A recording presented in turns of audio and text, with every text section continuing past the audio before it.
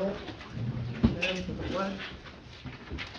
Pledge allegiance to the flag of the United States of America and to the republic for which it stands, one nation, under God, indivisible, with liberty and justice for all.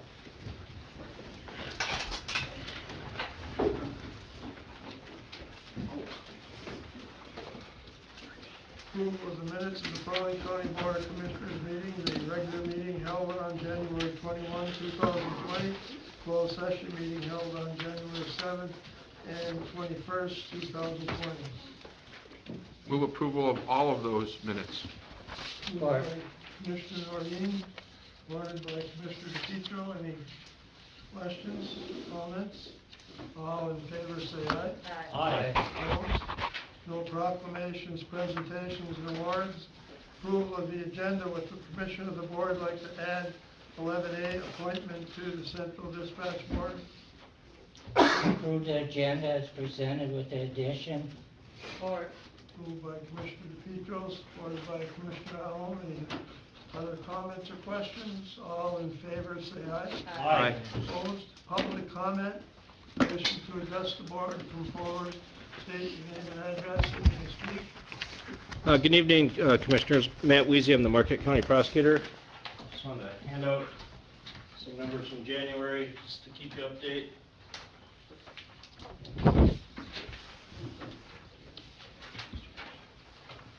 Just wanted to let you know that January was a busy month also. As far as the Prosecutor's Office is concerned, we had 243 total cases that were brought to us to review for potential criminal charges. That includes both felony and misdemeanor. Did a little breakdown. That's 10.5 per business day, but as you know, crime doesn't just happen on Monday to Friday between 8 and 5. So that's 7.84 per day.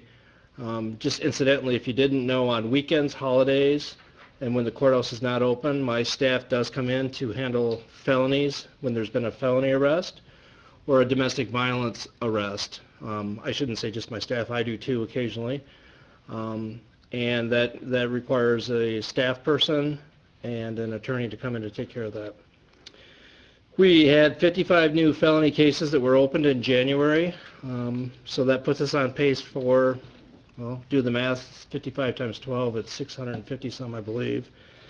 And 28 violent felonies in the month of January. That includes domestic violence, strangulation, criminal sexual conduct, and other assaults. 21 drug felonies, and 14 other, and the other fall under a category of theft, destruction of property, fraud, weapons possession, or things of that nature. So far in 2020, we've had 3 jury trials, 2 misdemeanors. One was operating while under the influence of drugs, and we were successful in getting a drug recognition police officer qualified as an expert witness to testify to the effects of drugs. It's a comprehensive program that police officers go through. It takes about 2 weeks of full classroom training, plus a number of hours of in-the-field work to be able to be qualified as an expert to testify to the effects of drugs and how it can affect driving and what types of drugs. So Michigan State Police. It was Trooper Andrew Peterson, and Deputy Griffin with the Sheriff's Department has been taking a lot of those cases too, and we're just hoping for the right time to get him into court to hopefully get him qualified too. They're doing a good job. The other trial was the armed robbery felony trial from last June of the Irontown Pasty Shop. That was a circuit court case, and then we just had one here today, assault and battery, where there was an assault in one of our local taverns. So we are keeping busy. Wanted to just give you this update. My intention, as I've told you in the past, is to do this every month, try to be here at the first meeting of the month to let you know where we're at for the month and for the year to date. I also wanted to just briefly comment on the Second Amendment issues that have been raised lately. You may have seen the sheriff and I got a little bit of press on that. Some negative, some positive. But I want to state just on the record for this body and for anybody in the public that's paying attention is that I support the Second Amendment. And I will follow the law as interpreted by the courts, and I will follow the Constitution, which is my oath as a sworn prosecuting attorney. One thing I'd like to maybe mention is that if there were a law passed that people thought restricted their First Amendment free speech rights, it wouldn't be up to me to decide if I follow that law or not. It would be up to me to enforce that law until the courts make a decision that that law is unconstitutional or not. Likewise, I'm part of the executive branch of government, and as such, I don't make law and I don't interpret law. My duty is to enforce the laws that are put out there in the public.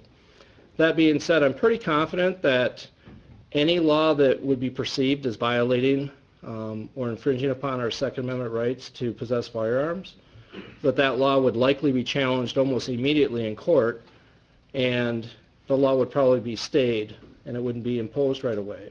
And just so everyone knows, that was portrayed to the people. We told the people that were pushing for the sanctuary county that was our position, and both the sheriff and I have publicly stated, and in a meeting with the sanctuary county Second Amendment folks, we told them we'd meet with them publicly and discuss any of their concerns. So I know that's been a lot of to-do about that. We support the Second Amendment. I support the Second Amendment. I support the right to carry. I support the right to carry for self-defense, not just for sporting or for hunting. So thank you for your time. Everything you said makes complete sense. Thank you, Mr. Chairman. Public comment? Any other public comment? On a lighter note, as you all know, I'm here from the League of Women Voters, Darlene Allen, 805 North Front Street. I'm part of the Observer Corps, and our local league has an Observer Corps that goes into a variety of governmental groups because we believe that being aware of what's happening on a local basis in our government's important, that transparency is important, and we've really appreciated the opportunity to come here and learn from all of you and hear what you're working on as county board commissioners. In addition to that, our presence here, we're hoping to share information about opportunities to serve on a variety of commissions and boards with local governments and encourage people to come to meetings on occasion and be informed and be involved. On February 14th, the League of Women Voters will be celebrating its 100th birthday. The League's founders really achieved the improbable by helping to get that 19th Amendment passed. And once that 19th Amendment passed, giving the women the right to vote, the League followed and was developed in response to that in order to help educate women about the vote and provide information so that they could be active and take advantage of that role right away. And we've, of course, now expanded to include all citizens, not just women, in educating and providing information in a nonpartisan way to the communities. So we're very fortunate to be the recipients of not only the passage of the 19th Amendment, but also the League. So throughout this year, we'll be celebrating in a variety of ways for both those events. But in addition to those celebrations, we'll be busy with our regular business. The community can look forward to voter guides online for all of the elections, and then also a printed voter guide very likely for the general election in November. We plan on doing some local candidate forums for any of the contested races. And we're already starting our voter registration drives again at various community events. We'll be very busy this election year, and we're working to reach out to beyond the Marquette City area. We were at Beating the Winter Blues in Ishpeming. We'll be at the Wellness Fair in Gwynn, Women's Health Expo at Westwood High School, and we'll be certainly seeking out other events as well. So if the commissioners know of events or opportunities in the area where there might be a group of people that could benefit from knowing what's on the ballot, having the opportunity to learn about voter registration, absentee voting, just let us know. We'd be happy to do that. So with that, we hope that the Marquette County Board will join us this year in celebrating the League of Women Voters' 100th birthday, and here's just a little treat to help you celebrate with us. So thank you. Question, do you go into any of the schools to register? So far we've done the last 3 years, I think it is, on National Voter Registration Day, we have gone to many of the high schools throughout the county and done voter registration. And as our league grows, we'll hope to expand that and to do it at other times in the year as well, too. Thank you. Mhm. Anyway, One comment, Mr. Chair. I wanted to thank you for being at that event Saturday at the Ishpeming Armory. Good. That was very, very interesting, and I was glad I made it to that event because there was a little bit of everything for everybody. Mhm. So, Good. anyways, excellent job. Thank you. No, you're welcome.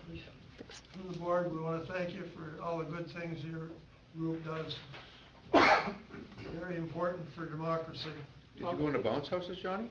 Yeah, Did you? her and I. What's that? The bounce houses. Any other public comment? I'd like to give the Sheriff's Office update for January. Dan Willie, Undersheriff, live in Ishpeming. So the road patrol side, we took 305 calls of service. We made 37 arrests.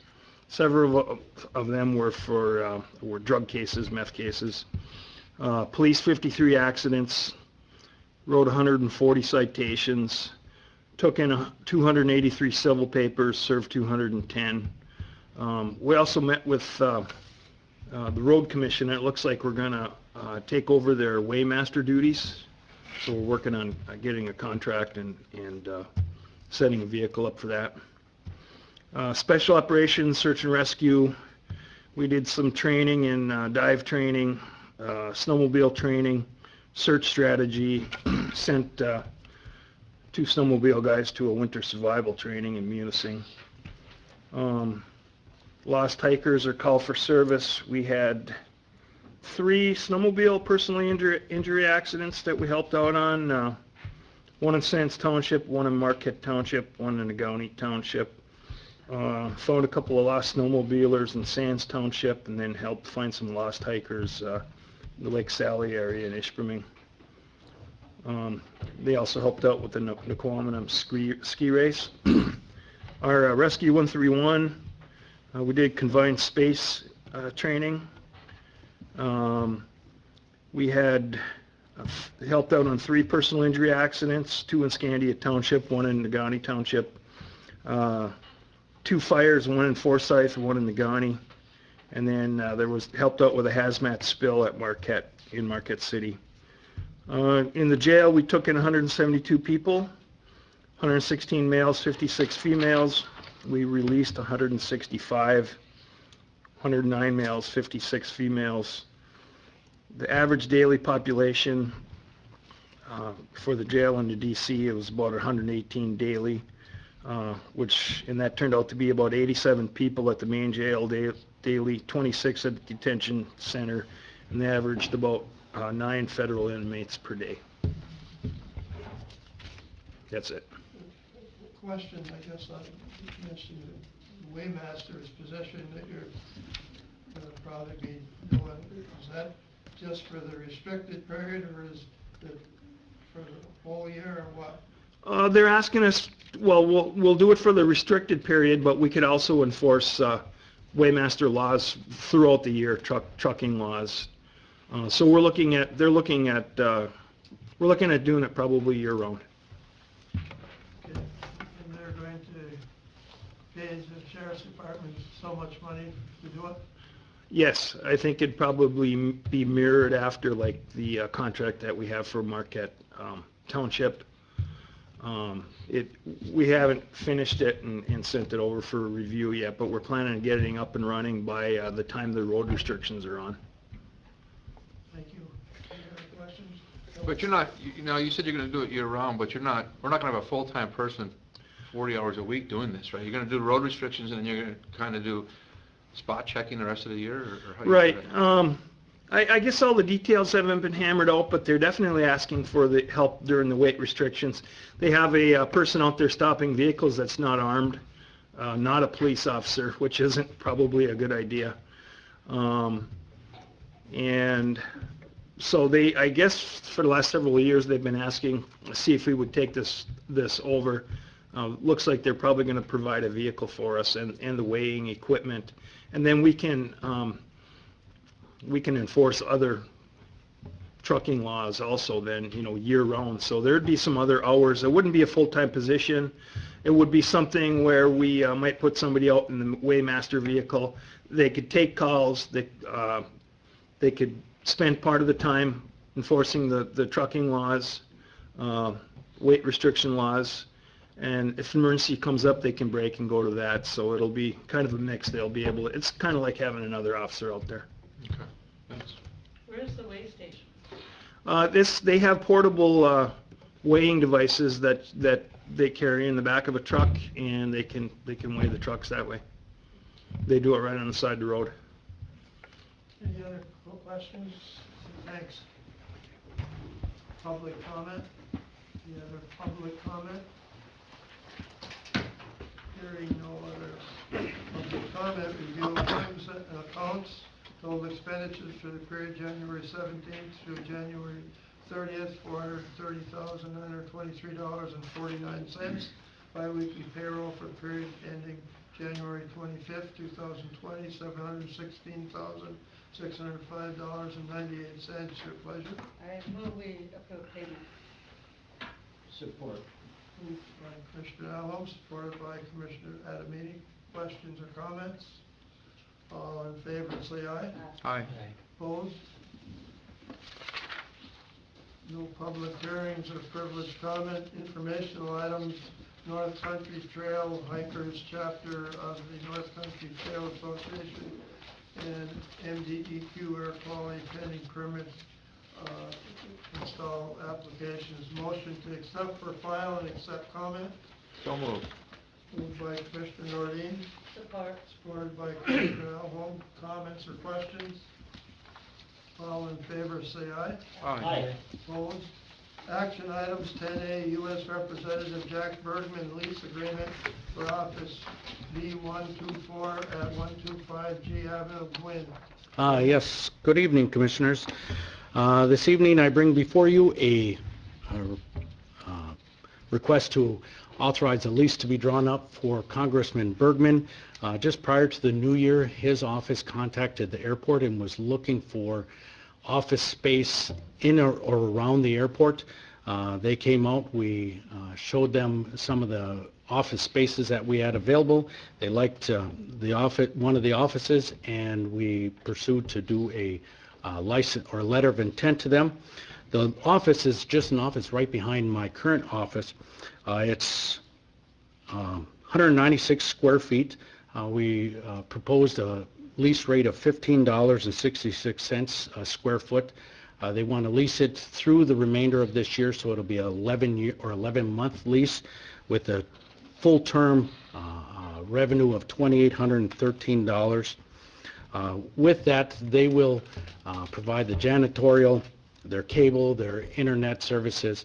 Aside from that, the lessor, us, we will provide the snow removal, parking lot, electricity and heat. It'll be a full-service lease to accommodate the Congressman's office staff, and I both, or all of us, believe that this is a good decision to have a Congressman office in our building where we have their ear whenever there are issues that may take a little bit more pressure from leaders above us. So, Are we renting this office at all? no, we are not. It is currently a vacant office. This is in the services building where you're at? Yes, it's in the Airport Services Center building. So is Congressman Bergman moving, he's closing his office in Marquette, and this is going to be his only office in Marquette County? That is correct. I think it's great for the county. I think it's kind of a silly idea, because you'd think there'd be less Public traffic. access for people, right? Well, But that's his problem, not ours, but... One of the items, or actually a couple of the items that he brought of concern was, first off, security. He wanted to be out at the airport due to the security levels.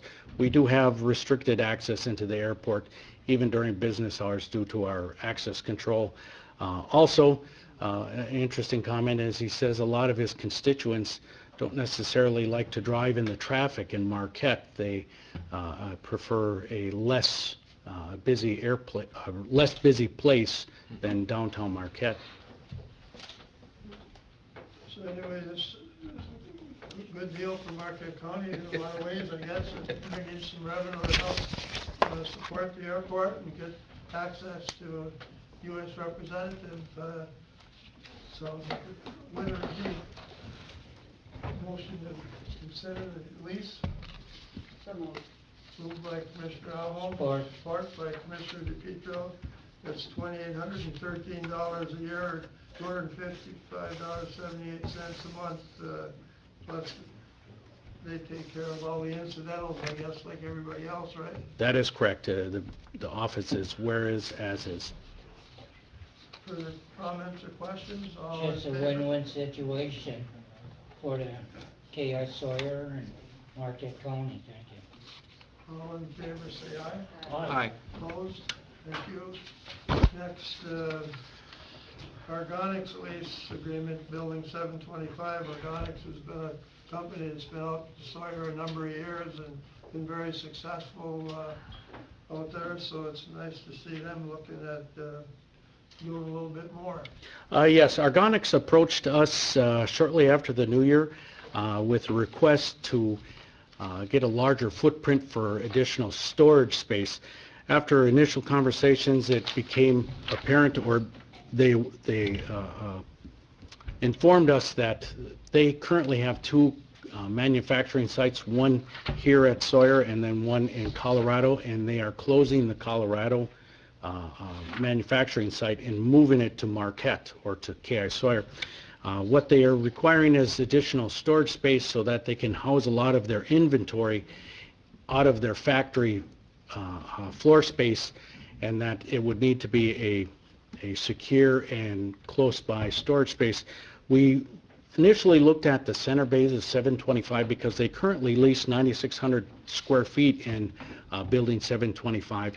We looked at the remainder of the bays that connect to that existing 9,600 feet, which is roughly 20,000 square feet, so it would have been an additional 11,000 square feet.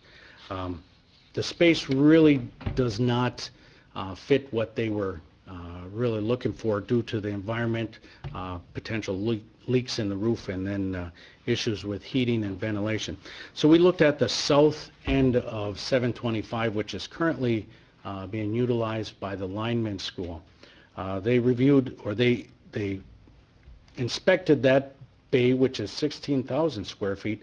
It's a better facility. The roof is better. We should be able to accommodate a better location for them in that situation.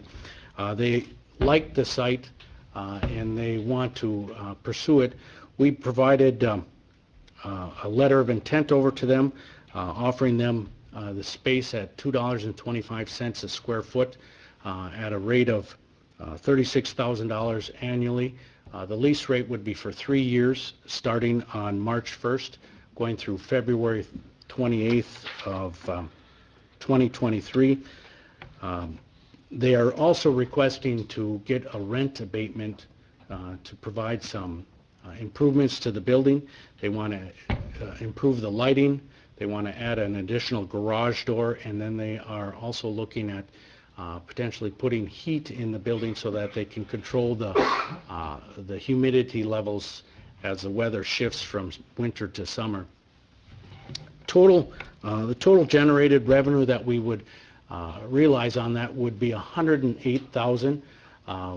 The rent abatement that they're requesting is a $60,000 abatement over the course of the lease, and that would provide them the funding to do the lighting, the garage door, and the heat. All in total, at the end of the lease, we would generate $48,000 of additional revenue plus $60,000 plus improvement to the building. Seeing as currently they're leasing 9,600 feet at $17,000 annually, we feel that there is a little bit of a shortcoming between the two lease revenues, but the improvement to the facility should well offset those differences. Makes a lot of sense, this proposal. how many more jobs are they gonna add with taking in the Colorado operation here? Currently, they're estimating an additional 12 jobs right offhand, and they've also started to talk about expanding their current footprint in the building that they lease for the manufacturing as well. This is a win-win for Argonix and Sawyer, being that they're moving their entire operation here at Marquette. It's a very successful operation. They've done a great job since they've been there, so this is good news, and guess we can entertain a motion, Bill. I'll make a motion, and I have a comment, but I'll make a motion that we enter into this lease. Support. Bill? Yeah, well, first, I wish you'd give us maps, because I don't know where building 725 is. We've done it before where I said, give us a little map so I can see where it's at. Is this on Avenue A where, when we were transitioning over from the Air Force to the county, we had that building that we were always in on Avenue A? Is that where this is? The corner? It's right adjacent to the airport fencing on, I believe it's Avenue A. I'm not even familiar with the avenues. Yeah, that's why I wish we had a map. So Yes, if you think of but that in the future. it's one of the older warehouse buildings. It is the same building that we leased out to Hooper during the hospital construction. Okay. They're right adjacent to the airfield. It is Oh. it is a large building, taking up 4 specific locations or 4 bays. Currently, we can lease out probably half of it. The other 2 sections are sectioned off into smaller offices and bathrooms and storage rooms. And then on the northern half, it's just would require a lot of work to make it environmentally safe with the accumulation of mold and such. So to have a company come in and willing to heat this south section, I think that's going to add to the preservation of the building as it sits. Yeah, that's not Avenue A. Avenue A is up where the fire hall is. So I was in the wrong area altogether, huh? Thinking building 500. Yeah, This is yeah, over yeah. by the airfield. Okay, I understand where it is now. Now, the other thing is that if we're given this abatement now, the lease is going to read that we get to keep the improvements, right? I would assume. Yes, all of the improvements will remain in the facility. Just when they leave, we don't want to take them with them. And then the only other comment I would have is that it seems a little cheap, but I guess that you're right that we do want people in these buildings and we want to heat them because otherwise they do deteriorate. But I do note that it's $225 a square foot, and we just charged the congressman $15 a square foot. Although they're different things, and Yes. I understand that, but $225 seems a little low, but I'm good with it. Our current rate structure out at the airport is, to date, is usually $2 a square foot for an unheated space, unimproved, and then we go to a $3 per square foot for a section that is heated. Being that they're willing to put in the improvements and pay it out up front, we felt that $225 is a good rate. And then in our initial conversation, granted, they've got a really nice building, they got a really good deal. They're paying, if I'm correct, $242 a square foot for their current manufacturing facility. So where's the lineman school? They've been in that building. They- They've been moved about 3 times. Yes. So have you had those discussions? Oh yes, I've talked with Mr. LePage. We actually went and toured the center section of 725. They're still evaluating that site to see if it would accommodate their trucks. If it doesn't, they would unfortunately move right back to building 610 where they were located prior. They understood it. I was very pleased with my initial conversations with Mr. LePage. He completely understood and knowing that this is progress for the airport and for a current manufacturer, so he was, granted, not overjoyed, but understanding. Is there any chance to have a new pole building for that operation out there? Is that something that makes any sense? Oh, it does. In fact, we talked initially about that, where their current pole sites are, where they do all the line maintenance or line training. He had indicated that early on they've looked at a pole building. It's just a challenge with the program. It is, as he stated, a shoestring program. It doesn't make enough money to generate enough to do that, but it is a very successful program and it's well received. It's just unfortunate that it doesn't generate. 5, the average students, and most of them, they put them to work. If they are willing to leave the UP, they'll get a job. So it's one of the best programs we got here in the county. Yes, it is. Motion and support. Any other questions or comments? All in favor, say aye. Aye. Opposed? Next, we have airline use agreement, terminal gate and landing fees. Yes, this lease is relating to the air carrier operations, both American and Delta. This lease is a 3-year lease. It is currently expired. It expired February 1st of 2020, and I apologize that we did not get on this sooner.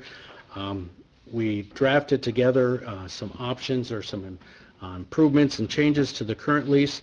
The new lease that we're proposing is from February 1st of 2020 to January 31st of 2023, a 3-year lease extension. The lease will cover the landing fees, the office space, terminal space, passenger security fees, the loading bridges, our ARF, our aircraft rescue and firefighting fees, miscellaneous charges to include the janitorial, utilities and other services.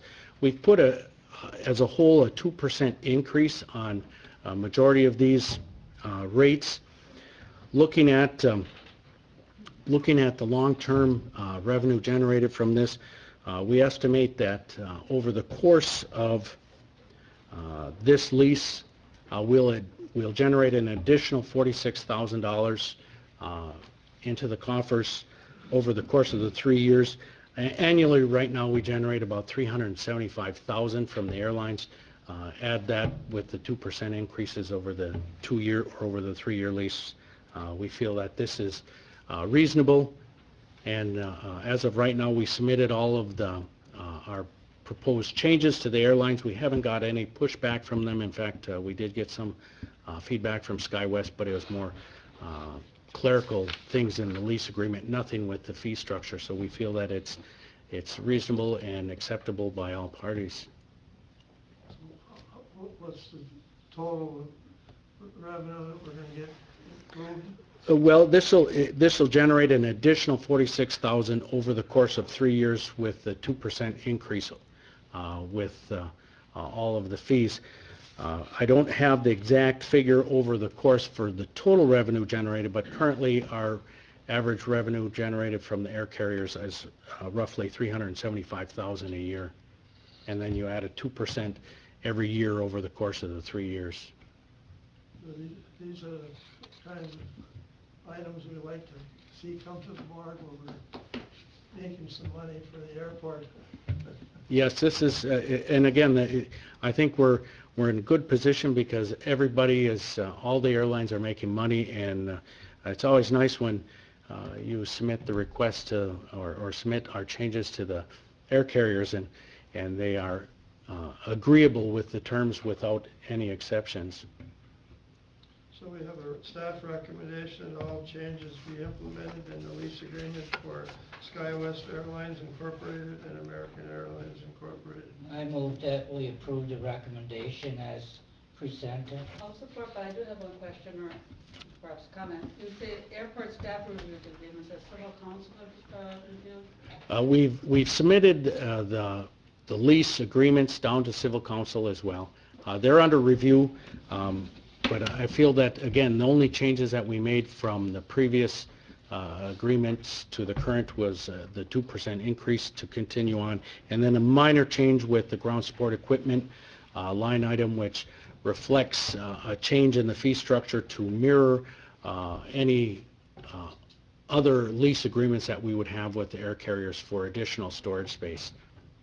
Does civil council have an opportunity? We haven't had a chance to finish that review. It did come through with the changes all noted. They did a really nice job of summarizing all the changes to the existing, and there was not anything really substantive change. But we'll complete that review. So perhaps we could modify the motion to subject to civil council review? Yes, I agree. Further comments? Comment? Well, I got you. Let's make the motion let's approve it first, Then while I have him up here, I want to ask him to comment on something else. All in favor, say aye. Aye. Opposed? Okay, thank you. While you're up here, I see that you got quite a kudo on the airline at K.I. Sawyer for tying Travis City. Yeah, it was a, If you could explain to the people watching us on TV and the audience and educate us commissioners, you have the floor. sure, this, Sawyer International, we employ a company, it's called Trillion Aviation. They have been our airline consultant for a handful of years. And we've utilized them with much success, garnering more airline support with SkyWest and with American, and we continue to utilize them. They do provide us quarterly updates on how the airport is ranking locally, nationally, locally, regionally, and nationally. We recently got our quarterly update where it stated that we are second only to Traverse City for airport growth. We have seen a 12% increase in our passenger enplanements year over year from 18 to 19, which is substantial. We had 105,000 total passengers in 18. We have 120,000 total passengers in 19. We continue to see strong numbers. We have 85% load factors with both carriers. Again, the airlines are very happy with our service. I had recently gone out to SkyWest out in Utah, and we had discussions with them, and they are very pleased with the operation, and we continue to see growth. As long as the airlines can generate money through the airport, within reason, they will keep expanding for us, and we were very lucky to get the kudos and very successful, and I can't say it attributes to the airport or the staff as a whole. I can say a lot of it is attributed to the local travelers, the economic condition of Marquette, and just the service that we're being provided. And you're the only airport in the UP without any EAS money. Yeah, that is correct. Sawyer International. Would you like to Yeah. explain that to the reporter here from the Money Journal? The Sawyer International Airport is one of the only airports. There are 6 commercial airports that are in the UP of Michigan. We are one of those, the only airport in the UP that does not require federal subsidy. It's through the Essential Air Service Program, and that is a subsidy that was implemented in 1978 to support airlines that would not normally provide service to those communities due to the lack of passenger enplanements. Cost of airplanes flying in, they do the math and figure out if it's viable for them. And to date, Marquette has been very fortunate. Both of our air carriers are very happy with us because they make a profit here, whereas some of the other competing airports that we contend with in the UP are equally important to their community, but they do not generate a profit large enough for the air carriers to support regular scheduled flights. So we are fortunate in some ways not to be tied to the Essential Air Service, but it adds a layer of competition because we don't compete against other airports. We are actually competing against the federal government with roughly about a $14 million Essential Air Service budget being paid out to the other airports around us. Thank you. Thank you. Next, we have the photocopy of contract extension, Aaron. Hello, Commissioners. I'm here today to present a contract extension with our existing photocopier equipment. In 2015, I put together a bid spec and competitively bid out the photocopiers. We made a lot of changes in 2015 with where we had photocopiers. The theme at that point was to put them in secured areas so that operations could access them easier. A lot of things were a big uptick with that. The scanning capability, secured printing, network printing, and at one time you would have to go in the common hallway in order to do this kind of stuff. So that's really helped out a lot, all these, these various different county departments. These 24 photocopiers are all over the county in various different locations. UP Office, or the contract with UP Office is a 5-year term. It was established in 2015. UP Office has presented the county with an option for extension. I should say also that UP Office, the relationship in the last 5 years has been really, really good. The quality of their equipment, the response times on issues, and then also we have a lot of accounting that needs to occur with all these machines, who pays for what allocations to different departments.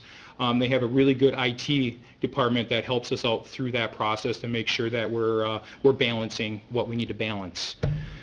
So UP Office put together basically a contract extension saying that they would replace 9 of our smaller pieces of equipment that we had issues on when we first put them in. The departments were able to work with them, but the ongoing problem was the size of the glass. It wasn't big enough for things. So they're saying that they would untangle that, put the bigger equipment there, and then also add 3 pieces of equipment in the equalization department, which would be a big deal for the IT department. Currently, when they run assessments, they have old school like green bar paper and old, we call them like wash tubs, basically big printers. They're very costly to run and very costly to maintain. That's something the county owns there, but they're getting old. We can't get the equipment, and to try to keep them up and running has been difficult over the years. So this has been tested and tried, UP Office with their equipment, working with equalization, making sure that this new system will work to equalization's likings, with which Jackie Likens gave her a sign of approval on this. So that's a big deal in itself. So the existing UP Office agreement is 2.5 cents that we pay per impression, and then 5 cents for color.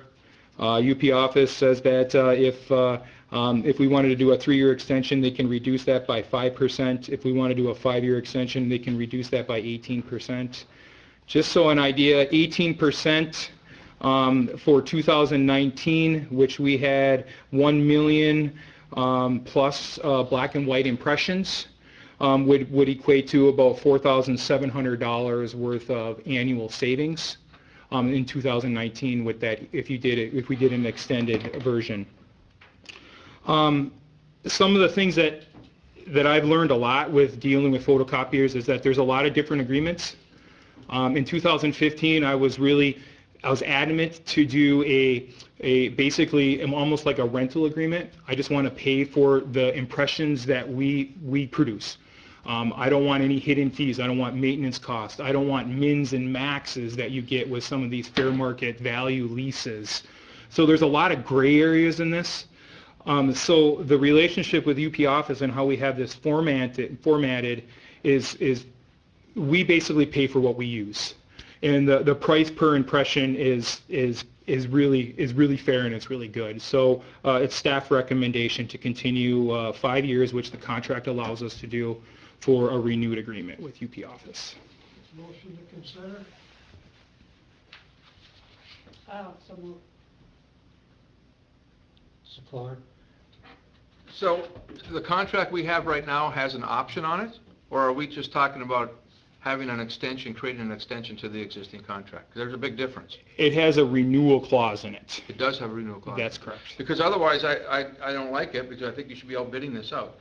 How many years, you said in 2015, we went out and asked for requests for proposals. So have they been here for 5 years now? Yep, that's correct. Yeah, and you should always bid these things out. And the one thing you're missing here, Aaron, is that you're telling us how much per page, but you don't tell us how much money this is. Although I heard you say 1 million copies last year, which would equate to $25,900. It's about $30,000 annually for a photocopier. So you should have put that in there so we know how much we're dealing with, but, so it's a Yep. $30,000 contract, annual contract, yearly contract, and I'm a big believer in bidding everything out. And, you know, so I don't have any problem with UP office, matter of fact, they do our stuff at our office too, but I think that you bid everything out, you keep everybody honest, and we have a policy in Marquette County to bid things out. Although if this is an option, I guess, a renewal option that's within the contract. Oh, so, but if it's a renewal option, why are we even talking about prices? Does it say that right in the contract? If you renew for 5 years, you get the... It does not. It just says basically a renewal of it.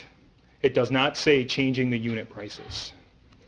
So that could be, I think you should bid it out. that could be, Yeah, I think you should bid it out, especially electronics, because it changes so quickly, and there's so many different things out there. yeah, just not, I'm not saying that, I didn't want to, I want you guys to go with where we want to go. It's my recommendation to stay with them, but there is a daunting task that's going to have to occur from a initial specification writing on this, from initial implementation, and a lot of my time and a lot of IT's time to get this all to work. Not saying we can't do it. So I'm here just sort of giving you the option. So whichever way you just want me to go, So I'll go that way. are you suggesting if we did bid this out, there would be a lot of staff time in preparing the request for proposals? Hundreds of hours. These photocopiers are networked together, and it was not easy in 2015 to make this change. In 2008, there was a 5-year agreement with Cooper, and then that was renewed after that 5-year term. So this is not uncommon to happen. But changing the values, I don't know what happened during that renewal. So The only thing I would say, I guess, talking about that kind of hours involved with county staff, we're not saving any money, no matter who bids on it. Yeah, I agree with Commissioner Nordin's points, but I also, looking at the bottom line of the staff time that can be utilized someplace else a lot more. that's correct. This is only a copier, this is for copying and printing, it's not, and you're not Well- talking about, one thing to correct, not that it take hundreds of hours to prepare the request for proposal, it's hundreds of hours to do the communication and the handshaking between all the computers and the... Yeah, and all the copiers different and departments, printers. 28 departments, and things like that. So, but we also have fax cards. So these are going to be upgrades. We got fax cards. We have secured hard drive printing here. So everything's networked in. Because it's really on a big scheme here on how all we use all these photocopiers at this location, and compared to like a smaller type of private type of practice, if you will. Not to. Are we looking at a policy that we need to possibly waive? Yeah. If we're looking at that amount of money? Well, I think we do have a policy that anything over a certain dollar amount, I mean- I thought it was 10,000, yeah. I'm not sure. I feel like we're always finding reasons. And I can have civil counsel review the existing agreement with UP office just to make sure that they feel comfortable with the renewal and changing of rates within that renewal. We can vote on it and have it reviewed, and if she thinks it isn't proper, send it back here, that's all. I'd like to have a copy too, send me a copy of the We contract. have a motion and a support to approve the recommendation. Further comments? All in favor, say aye. Aye. Opposed? Opposed. Okay, motion passes. All right, thank you. Next, emergency management at safe schools. Teresa is been ill also, so I'll comment on this. This is keeping the emergency services program together in the UP with the local units of government, and counties have been working a lot on it in the last 10 years, and now the state, in their wisdom, wants to send it over to the state police. So that's in a nutshell. So I guess I'll entertain a motion to support the resolution, emergency management, safe schools remain with local units of government. I'll make that motion to approve. Support. Motion out of support. Any comments? Roll call. Commissioner DePietro, Yes. Commissioner Evans, Yes. Commissioner Nordine? Yes. Commissioner Calhoun? Yes.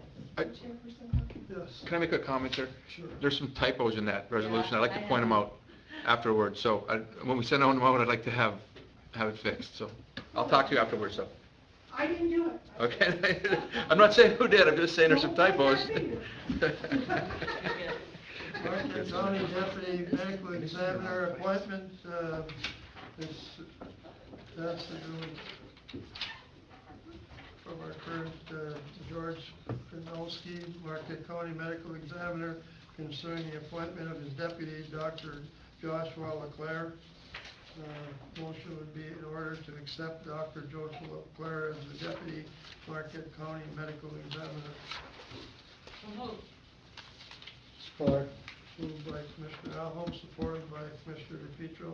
Questions or comments? All in favor, say aye. Hi. Opposed? Late addition, appointment to the Central Dispatch Board. Commissioners, I've attached a letter of support along with the application of Katrina Rushford.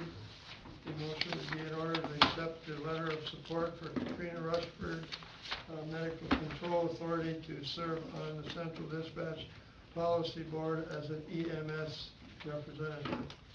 I'll move that we approve the recommendation. I'll support. Motion by Commissioner DePietro, supported by Commissioner Alholm. Comments or questions? All in favor, say aye. Aye. Opposed? Public comment? Public comment? Hello, I'm Erin Carter. I'm the District Director with Michigan State University Extension. And I just wanted to thank you guys for signing off on our memorandum of agreement with you guys so that we have continue our agreement with all of our staff that are here in Marquette County and all of our extension staff that come here and serve you guys and the citizens that are here in Marquette County. If you have any questions from me, You guys do a great job. thank you, thank you. It's expanding every day, so I've been kicked out of the office, but that's okay. Thank you. Any other public comment? Commissioner, one thing, under Commissioner comments, I guess, I think I mentioned this back a few weeks ago, but one of our commissioners here, Steve Adamini, has been appointed to the Michigan Transportation Board. It's a big deal for the UP, and I guess you were involved in a pretty important meeting last week. Go ahead.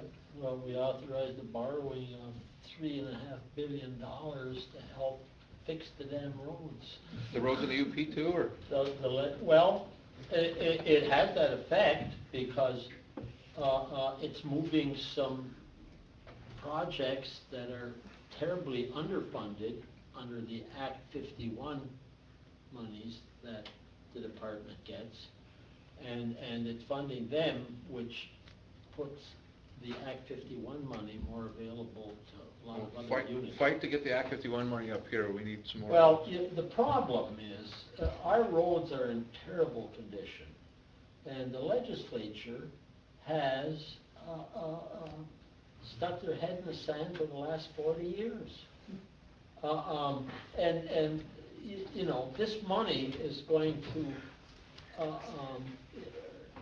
when I say we're in terrible shape, I mean, this system is dying. And this is a blood transfusion, but it in no means is a solution to the funding. And I think the legislature and any interested party had best look at how we in the future are going to support our transportation system. You know, we got more and more electric cars coming on, and guess what? They don't go up to the gas pump and pump any gasoline. And yet they're going to be using the roads just as much.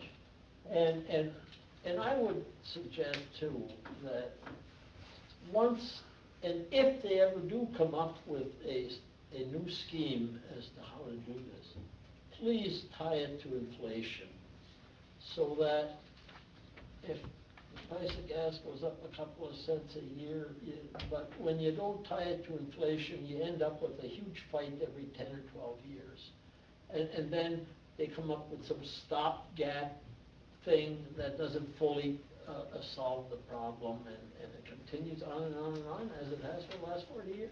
The 6 years I was in the legislature, we'd always talk about, well, what are we gonna do about the roads? And they'd say, well, we'll take care of that in lame duck, because, then, some people that wouldn't vote for it, but when they're going out of office, and I'd be invited to the UP Road Builders meeting in December every year, and they'd say, when are you guys gonna give us some more money for our county roads?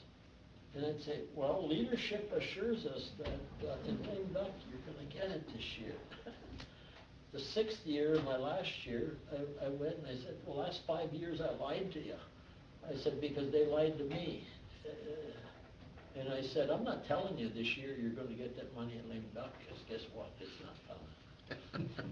That's what they did in Wisconsin about 2 decades ago, put in a revenue source, tied it to inflation, and look at the roads in northern Wisconsin compared to what we got here in the UP. It was actually 30 years ago, it was 1990, the day that John Engler was inaugurated the governor of Michigan. Tommy Thompson was nominated, or elected the governor of Wisconsin. I think Governor Engler proposed a 1-cent increase in the gas tax, but not tied to inflation. Tommy Thompson asked the legislature for a 9-cent increase and tied it to inflation. Yeah, it's embarrassing to think of the roads we have when you drive through Wisconsin or Minnesota. Amen, well, we're proud of you to get that appointment, and you'll do a good job for the UP, and keep us in the loop of some of the good things that we can get from your efforts. And I sought the appointment because I truly believe that you cannot have a vibrant economy without a good transportation system. People will not locate businesses in an area where there's not good roads, rails, or air traffic. The problem in this state over the last decade is that trying to rob Peter to pay Paul to do it instead of raising real revenue. One sentence, that's the problem. Yeah. And I view actually, I don't view it as a tax. You know, tax is 3 letters, but it's a 4-letter word in Lansing. But this isn't a general tax. People who don't have cars, little old ladies, they don't pay anything for this. It's a user fee. And if you want to use the roads and have them in good shape, you have to be willing to pay for it. Thank you, and good luck with your new job. There's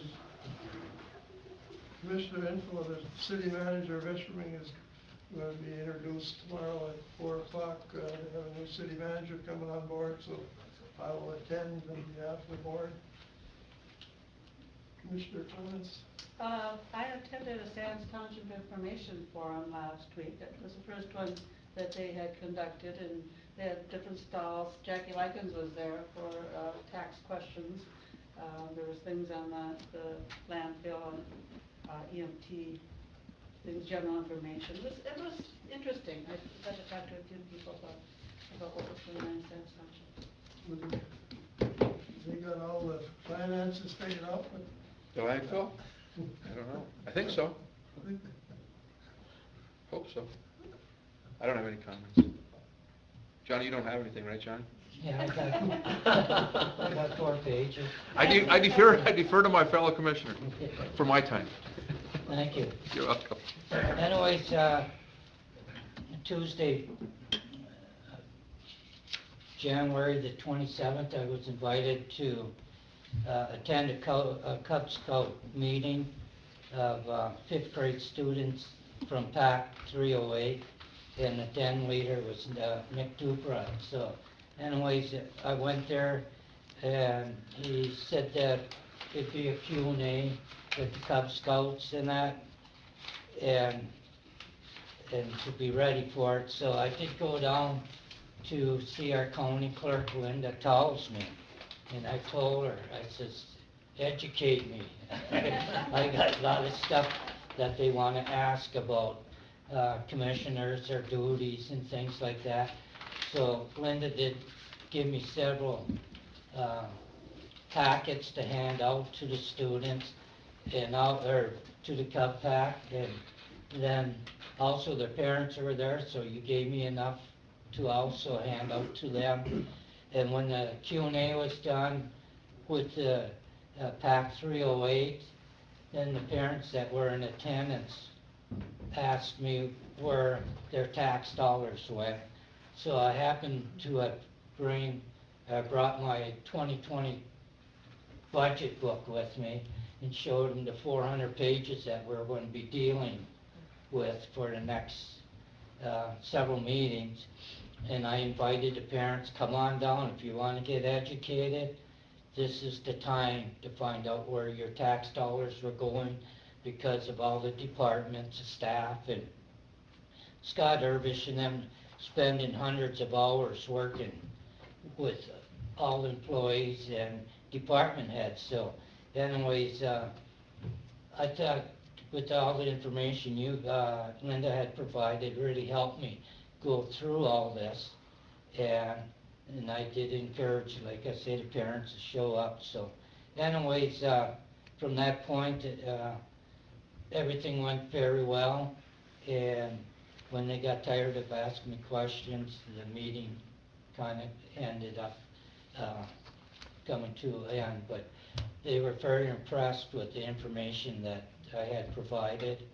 And hopefully some of them do come out to visit our meeting and listen to the session of the 2020 budget. So thank you, Mr. Chair. County clerk recognition for being very efficient in running the elections and that. We're gonna send you out to Iowa, you can work on running your pocket. No. Anyway, we have a newcomer, Andrew is going to be the chief financial officer and is coming to the meeting, so if anybody doesn't know her anyway, we're very glad to have her. She was a former treasurer here in the county and worked with Ann a lot in the last 20 years. Is exceptional talent and be a big asset here in Marquette County, so it's nice to have you. Meeting's adjourned.